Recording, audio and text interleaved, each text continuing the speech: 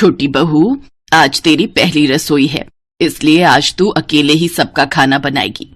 जा बड़ी बहू, उसे रसोई में सब सामान बता दे क्या कहाँ रखा है। जी माँ जी।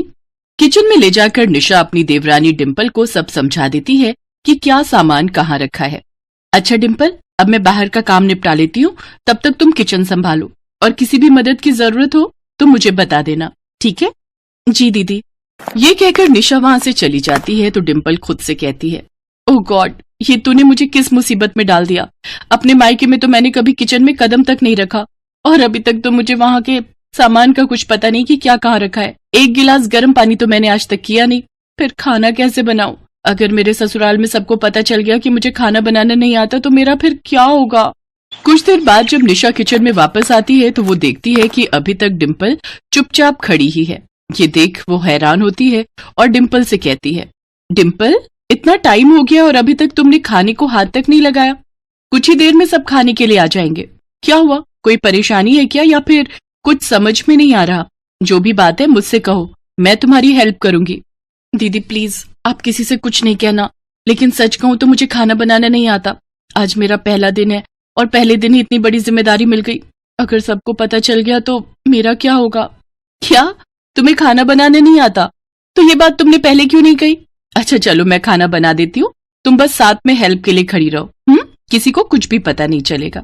निशा सबके लिए खाना बनाकर तैयार कर देती है और अपनी देवरानी की हेल्प करती है। फिर दोनों सबको खाना परोसती हैं। वाह बहू, तुम्हारे हाथों में भी बिल्कुल बड़ी बहू के हाथों जैसा ही स्वाद है। हमारी निशा बहू भी बिल्कुल ऐसा ही स्वादिष्ट खाना बनाती है। अब तो कभी निशा खाना बनाएगी भी ना तो हमें पता ही नहीं चलेगा कि आखिर खाना बनाया किसने है। बिल्कुल सही कहा माँ। डिम्पल, ये लो तुम्हारा शगुन, खुश रहो। थैंक यू भैया। डिम्पल किचन में जाकर अपनी जेठानी के गले लग जाती है और उसे धन्यवाद देती है। ऐसे ही कुछ दिन बीत जाते हैं, लेकिन अभी भी निशा ही सबके लिए खाना बनाती थी। लेकिन सभी यही सोचते थे कि खाना डिम्पल ही बनाती है। एक रोज उनकी सास अपनी बड़ी बहू निशा से कहती है, बड़ी बहू, मैं देख रही हूँ जब से डिम्पल आई है तू तो महारानी ही बनती जा रही है। वो बेचारी घर का काम काज भी करे और खाना भी बनाए, और एक तू है जो बस गप्पे ही मारती रहती है। अरे थोड़ी बहुत अपनी सास की सेवा भी कर लिया कर। माँ जी, आप मुझे बताइए आपको क्या चाहिए? अरे तू चुप रह छोटी बहू, तू वैसे भी सारा काम करके थक जाती होगी। बड़ी बहू, तू चल मेरे साथ और मेरे सर की थोड़ी मालिश कर दे। जी सासू माँ। डिम्पल, कुछ देर में गैस बंद कर देना, खाना पक जाएगा। अरे तू तो उसे ऐसे बता रही है जैसे उसे खाना बनाना आता ही ना हो। अरे उसे सब समझ है, चल अब तू मेरे साथ। कुछ देर बाद निशा पानी पीने के बहाने रसोई में आती है और खाना पक चुका है ये देखकर गैस बंद कर देती है। इस तरह वो अपनी देवरानी की फिर मदद कर देती है। ऐसे ही कई दिन बीतते हैं। फिर एक रोज उनके घर उनकी सास की ननद यानी कि उनकी बुआ सास आती है। डिम्पल बहू, जल्दी से अपनी बुआ सास के लिए कुछ मीठा बना कर ले आ। मीठा? और मैं अब क्या करूं? दीदी तो मार्केट गई है और अब तक तो मैं सिर्फ दाल चावल ही बनाना सीख पाई हूँ। अब मैं क्या करूं? अच्छा सुन बहू, सूजी का हलवा ही बना ले, तेरी बुआ सास को वो बड़ा पसंद है। जी जी माँ जी। YouTube की मदद से डिम्पल हलवा बनाने की कोशिश करती है। काफी देर हो जाती है, लेकिन जब वो हलवा लेकर नहीं आती तो उसकी सास और बुआ सास रसोई में जाकर देखती हैं। रसोई में हर जगह सूजी ही सूजी बिखरी हुई थी। कढ़ाई में ढेर सारा घी था और डिम्पल अपना जला हुआ हाथ लेकर रो रही थी। बहू, ये तूने अपना और रसोई का हाल क्या बना लिया है? तेरी हालत देखकर तो ऐसा लग रहा है मानो तूने जिंदगी में पहली बार खाना बनाया हो। मुझे कई सालों का तजुर्बा है, मेरे बाल धूप में सफेद नहीं हुए। इसे देखकर मैं साफ साफ कह सकती हूँ इसने आज पहली बार खाना बनाने की कोशिश की है। क्यों री छोटी बहू, अब सच सच बोल भी दे। हाँ माँ जी, ये सच है, मुझे खाना बनाना नहीं आता।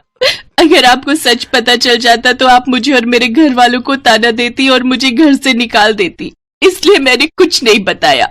और आज तक जो भी खाना बनाती थी वो निशा दीदी ही बनाती थी। छोटी बहू, बुआ जी की बातों का बुरा मत मानना। और तूने ये बात मुझे पहले क्यों नहीं बताई? अरे खाना बनाना नहीं आता तो क्या हुआ, सीख जाएगी। अब रोना बंद कर, ना तो मैं तुझे कुछ कहूंगी और ना ही बड़ी बहू को। चल अब मैं तेरे हाथों पर दवाई लगा देती हूँ। अपनी सास का प्यार देखकर डिम्पल अपनी सास के गले लग जाती है और धीरे धीरे वो सब खाना बनाना सीख जाती है।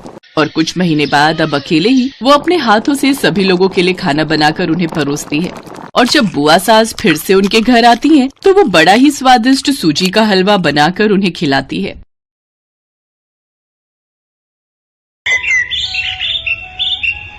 माँ सुनो ना।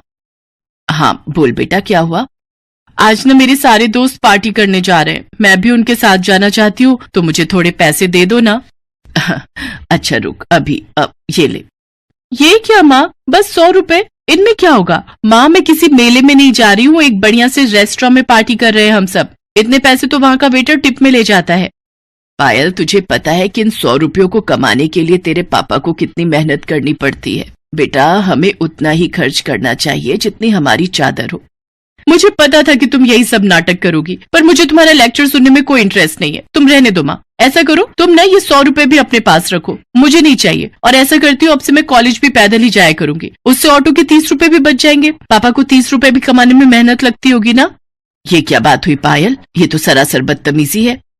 ज्योति अपनी बात पूरी कर पाती उससे पहले ही पायल पैर पटकते हुए वहां से चली गई। ये कहानी इसी लड़की पायल और उसकी माँ ज्योति की है। ज्योति के पति का नाम अजय था और उन दोनों की इकलौती बेटी थी पायल। अजय एक कार मैकेनिक था। ज्योति और अजय में अच्छी बनती थी, लेकिन इनकी बेटी पायल, उसके मिजाज जरा अलग थे। उस दिन अपनी माँ से नाराज होकर जब वो अपने कॉलेज पैदल ही जाने लगी, तभी रास्ते में उसके पास एक बड़ी सी गाड़ी आकर रुकी।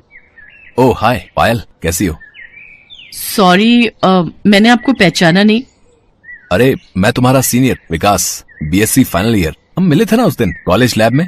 ओह हाँ, अब याद आया। हाय, मैं अच्छी हूँ। What about you? I am too good. तुम कॉलेज ही जा रही हो ना? हाँ।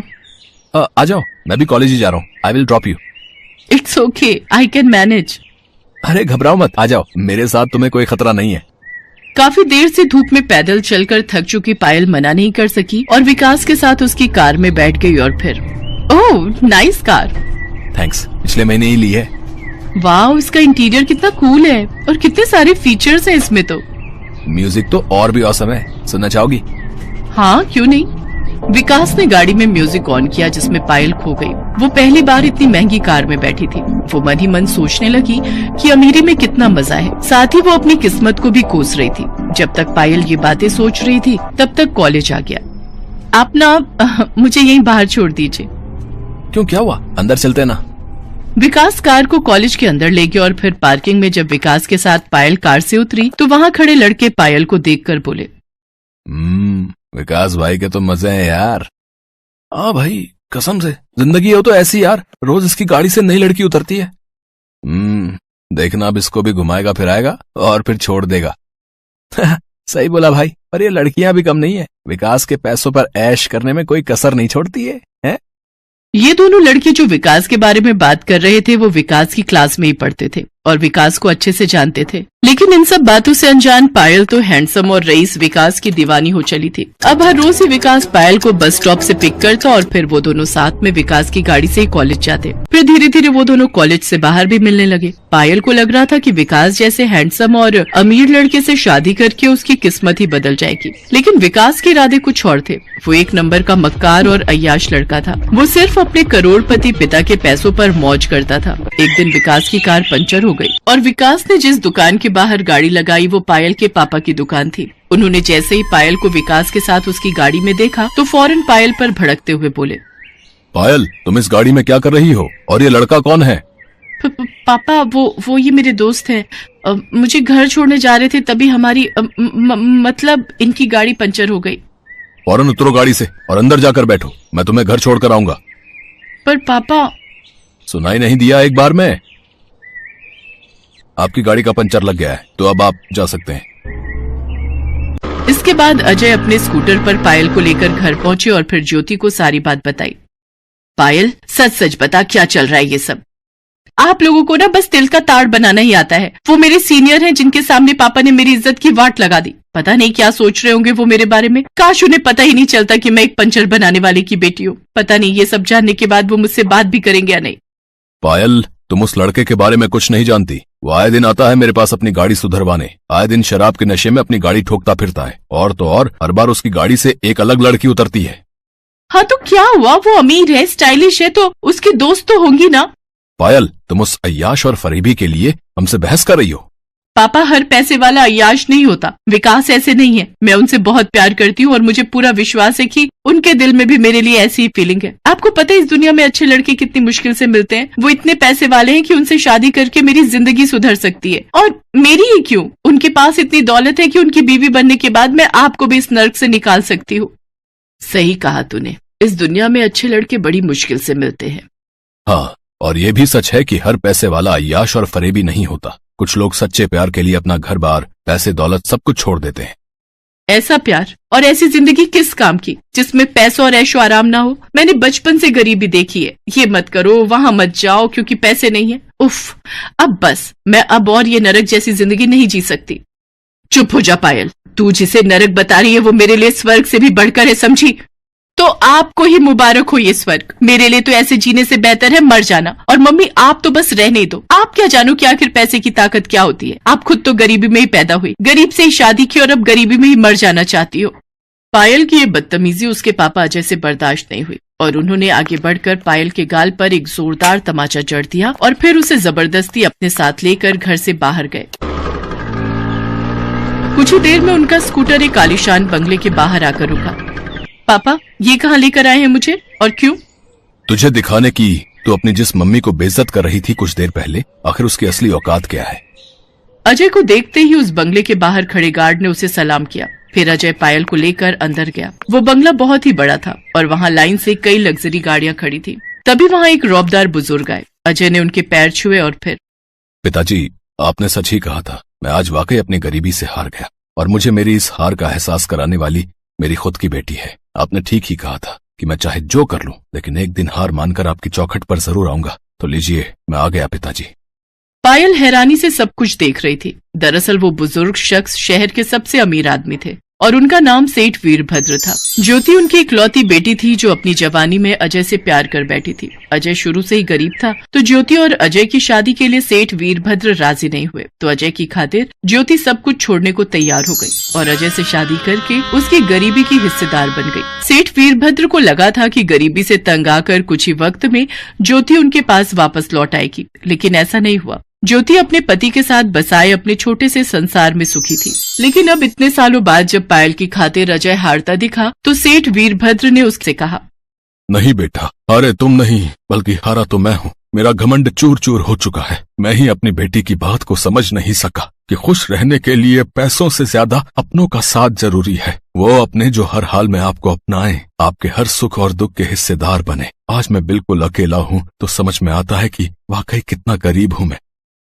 इतना कहकर सेठ वीरभद्र फूट फूट कर रोने लगे। अजय ने उन्हें संभाला और ये सब देखकर पायल की आंखें भी खुल गईं। उसे समझ आ गया था कि वो असल में एक अमीर माँ की गरीब बेटी थी जो अपनी ही माँ के संस्कारों को नहीं समझ सकी और अब तक सिर्फ पैसों के पीछे ही भाग रही थी जिन्हें उसकी माँ ने सालों पहले अपने सच्चे प्यार के लिए ठुकरा